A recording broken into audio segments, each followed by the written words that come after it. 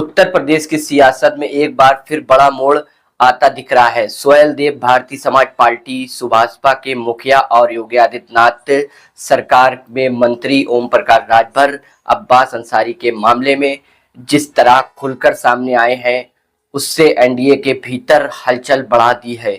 दरअसल head speech के एक पुराने मामले में कोर्ट में मऊ सदर विधायक अब्बास अंसारी को 2 साल की सजा सुनाई है, जिसके चलते उनकी विधानसभा सदस्य खत्म हो गई है।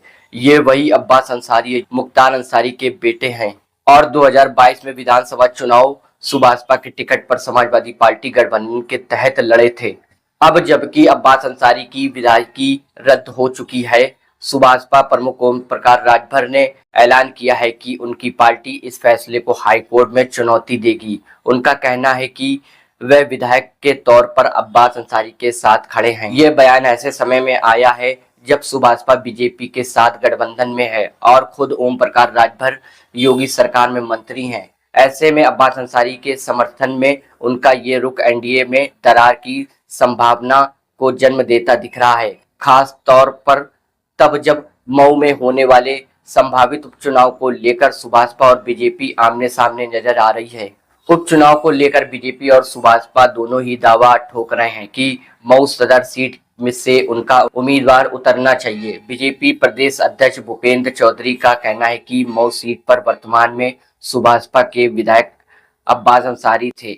2022 में अंसारी के सामने बीजेपी ने भी चुनाव लड़ा था। अब उपचुनाव में ये सीट किसे मिलेगी, इसका फैसला बीजेपी का केंद्रीय नेतृत्व करेगा। ये देखना दिलचस्प होगा कि आने वाले दिनों में बीजेपी और सुभाषपा के बीच इस सीट पर कोई समझौता होता है या दोनों दल आमने सामने होंगे।